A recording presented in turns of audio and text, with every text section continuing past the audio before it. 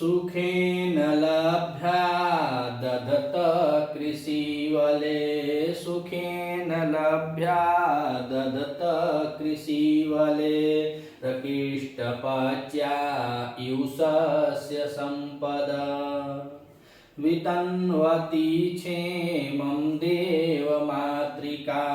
वितन्वती क्षेमं देवमातृका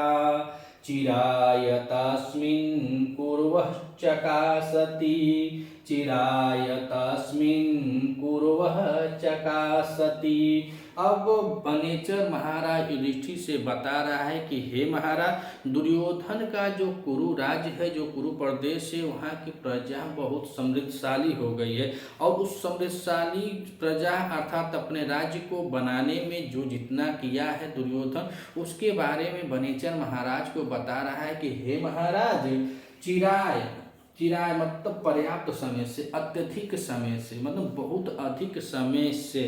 तस्मिन मन उसके द्वारा, क्षेमम मन कल्याणार्थ में होगा, कल्याण करने की नियत से। तो कह रहे हैं कि चिराय, और चिराय को देखा जाए तो यह काला ध्वनु अंत्यंत संयोगे जो सूत्र हम लोग पढ़ते हैं, उस सूत्र से इसमें द्वितीय विभक्ति हो रखी है। तो कह रहे हैं कि चिराय तस्मिन अर्थात पर्याप्त समय से या बहुत अत्यधिक समय से, तस्मिन माने उस दुर्योधन के द्वारा, या तस्मिन माने उस दुर्योधन के द्वारा, क्षेमम क्षेमम माने होता है कल्याण का भाव में बोला जाता है कि कल्याण करने की हित रखने वाला या कल्याण करने की जो सोच रखता हो, उसके लिए कह रहा है कि जो अपने प्रजा के कल्याणार्थ का कर रहा है, वितन्वती, जो कल्याण के बारे में सोचता है, अपने प्रजा के कल्याण करते रहने पर विचार कर रहा है, उसी को वनेचर महाराज से कह रहा है कि चिराय तस्मिन अर्थात कि पर्याप्त समय अर्थात अत्यधिक समय से दुर्योधन के द्वारा, क्षेमम माने जो कार्य है, जो कल्याण के जो कार्य है, उस कार्य को वितन्वती अर्थात फैलाता हुआ या करता हुआ, वह उस कार्य को करते हुए हे महाराज आज क्या कर दिया है। तो कह रहे हैं कि अदेव मातृका, अदेव मातृका अर्थात अब वहाँ जो कुरु प्रदेश है, वह कुरु प्रदेश अब देवताओं पर आश्रित नहीं है। पहले जब हम लोग देखेंगे छोटे छोटे रहे होंगे, हमारा भारत कृषि प्रधान देश है और कृषि प्रधान देश है तो प्राकृतिक पर निर्भर है, आज भी निर्भर है, मगर फिर भी तो बहुत अत्यधिक निर्भर था, अब तो बहुत कम है। तो यही बता रहा है कि वह जो कुरु प्रदेश है, तो उस कुरु प्रदेश के जो शासक है दुर्योधन, उसके द्वारा प्रजा के कल्याण के हित में जो विचार रह रहा है, जो विचार कर रहा था, वह करते करते इतना फलतः फलीभूत हो गया है कि अब वह क्या हो गया है, अदेव मातृका हो गया है। अर्थात देव मातृका होता तो अर्थात देवताओं पर आश्रित, लेकिन अदेव मातृका हो गया है, अब वह देवताओं पर आश्रित नहीं है। काहे नहीं है, तो सिंचाई उचाई के बारे में अब वह दुर्योधन बहुत अच्छे से नदी से नहरों का विस्तार कर चुका है, नहर निकाल दिया होगा, सिंचाई के अच्छे से साधन बना दिए होंगे, जिससे कुरु प्रदेश के जो कृषक हैं, जो किसान हैं, अब वह बेचारे देवताओं पर आश्रित नहीं है कि सावन वर्षी की भादो वर्षी की जेठ वर्षी की आषाढ़, अब इसमें वह गिनती नहीं होती है। बहुत आराम से वह उसके चारों तरफ उसका वित्यंती लगा रहा था, किसमें, क्षेमम माने कल्याण में। किसके कल्याण में लगा रहेगा, तो प्रजा जो है उन प्रजाओं के कल्याण में वो लगा था। कब से लगा था, तो चिराय अर्थात अत्यधिक समय से। कौन लगा था, तो तस्मिन वही दुर्योधन जो आपसे छल पूर्वक विरोध दक्षम मंजिताम पृथ्वी जो है उसको जो अपने किसके से छल और जुए में जिस जमीन को, जिस राज्य को वह जीता था, उसको अब बड़े अधिक दिन से, यानी चिराय पर्याप्त काल से लगा हुआ वह अब क्या कर रहा है, उस प्रजा के हित में यानी प्रजा के कल्याण हेतु जो कार्य कर रहा था, जिस कार्य को फैला रहा था, जिस कार्य का वह निर्वहन कर रहा था, वह कार्य संपन्न होने पर कैसा हो गया है, तदेव मातृका हो गया है। अर्थात वह कुरु प्रदेश जो है अब वर्षा के लिए भगवान पर, देवताओं पर आश्रित नहीं है, वह अब जल से सिंचाई कर लेता है। कैसे करता है, तो नहर वहर बना दिया होगा, कुआं खुदवा दिया होगा, नहर कुआं इत्यादि वो बनवा दिया है, जहाँ से सिंचाई आसानी से हो सके। ऐसा करने वाला कह रहा है कि पूर्व, यहाँ पे कह रहे हैं कुरुवा, यानी कुरु प्रदेश जो है, कौरवों का जो राज्य है उसी को कह रहे हैं कुरुवा, अर्थात कुरु प्रदेश के कृषि वाले जो किसान हैं, कुरु बले कुरुवह कृषि बले, जो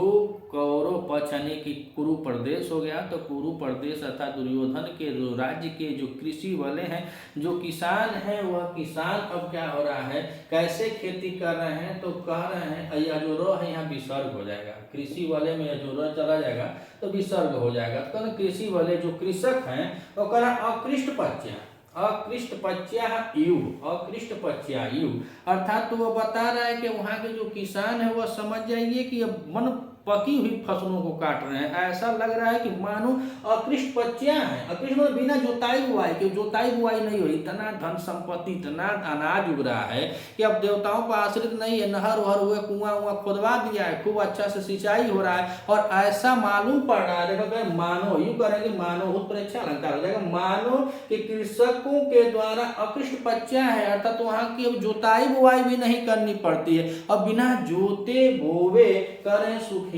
लभ्या शस्य संपद, शस्य माने फसल होता है या धन की बात किया जाए तो सुखेन लभ्या यानी सुख को कह रहे हैं कि पकने वाली अनायास धन संपत्तियां जो है खूब फल फूल रही हैं, खूब उसकी धन संपत्तियां प्राप्त हो रही हैं, और ऐसी धन संपत्तियों को करें दत्त धारण करते हुए, दत्त मतलब धारण करते हुए चकासती यानी कि सुशोभित हो रहा है। कुरु प्रदेश अब ऐसा सुशोभित हो रहा है महाराज, इसीलिए पहले ही बोतला था कि हितम मनोहारी च दुर्लभम वच, जो हितकर और प्रिय मन को लगने वाले हों ऐसे वचन दुर्लभ होते हैं। अगर कोई दूसरा होता, अगर यही बात जाकर भीम के आगे कहता तो वह तो अपना धैर्य खो ही देते और युद्ध तुरंत शुरू कर देते कि अरे बाप रे बाप इतना कुछ कर रहा है, लेकिन कैसे वह अच्छा मित्र है, अच्छा स्नेही जन है महाराज का, हर बातों को बहुत ही अच्छे ढंग से वह पेश कर रहा है, यह नहीं कि बस उसकी बुराई ही कर रहा है, उसकी बढ़ाई भी कर रहा है, उसकी कमी कहाँ है, सही कहाँ है, सब बारे में बताते हुए यहाँ पे दुर्योधन और कुरु प्रदेश के विकास के बारे में कह रहा है।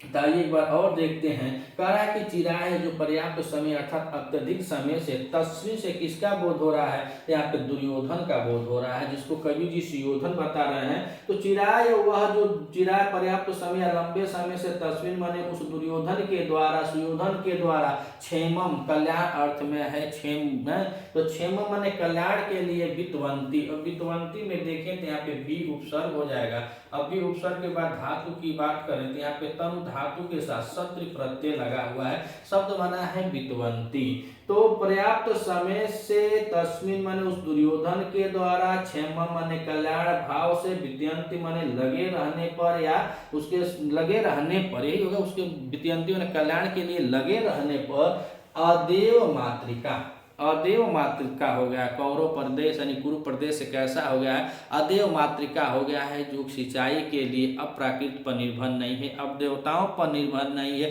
वह प्रजा के कल्याणार्थ कर के लिए वह नहरों का योजना बना दिया था, नहर निकाल दिया है, नदियों से कुओं को खोदवा दिया है, नहर यानी सब मिला जुला के सिंचाई की उत्तम व्यवस्था कर दिया है। और जब सिंचाई की उत्तम व्यवस्था कर दिया है तो कहाँ किया है, पूर्व यानी जो कुरु प्रदेश है, तो कुरु प्रदेश में जब इतनी व्यवस्था हो गई है तो कुरु प्रदेश से कृषि वाला माने होता है किसान, कृषि वाला मतलब जो किसान हैं उन किसानों को कह रहे हैं कि अकृष्ट पच्या, अकृष्ट पच्या मतलब बिना जोते बोए इतना धन संपत्ति होती है, कहावत नहीं कर इस तरह बता रहा है, कितना अधिक धन महसूस हो रहा है, इतना धन अधिक आ रहा है कि जैसे लग रहा है कि कुछ किए ही नहीं है। जब पहले था तो बहुत मेहनत करते थे, अब ऐसा महसूस हो रहा है कुछ किए ही नहीं। जैसे मान लीजिए एग्जाम्पल पे कि आप 18 घंटा ड्यूटी करके 400 रुपया मास मतलब 400 रुपये प्रतिदिन आपकी मिलता है, जो भी मिल जाए, मान दे चाहे मजदूरी उजदूरी, यही हम लोग कहेंगे कि 18 घंटा मेहनत की और 400 रुपया मजदूरी मिली।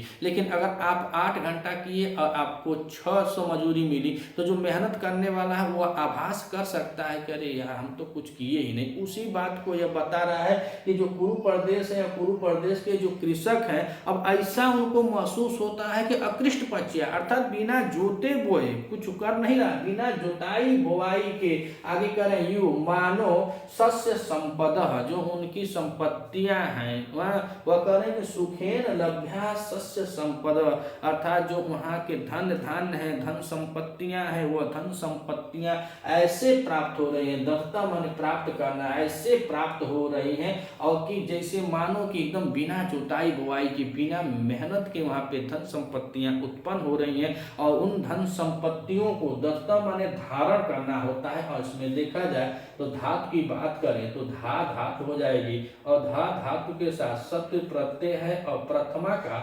बहुवचन लगा हुआ है ददत में। तो कह रहे हैं कि सुखेन लभ्या सस्य संपदा ददत, अर्थात सुख पूर्वक उनको प्राप्त हो रहा है। लभ्या माने प्राप्त होना, क्या? सस्य संपदा ने धन संपत्तियों को, ददत माने धारण, कौन कर रहा है? कुरु प्रदेश। तो कह रहे हैं ददत माने धारण करके, आगे कर रहे हैं चकासती, अर्थात तो वह सुशोभित हो रहा है। चकासती में देखा जाए तो यहाँ पे धातु की बात करें तो चकास धातु है, और चकास धातु में यह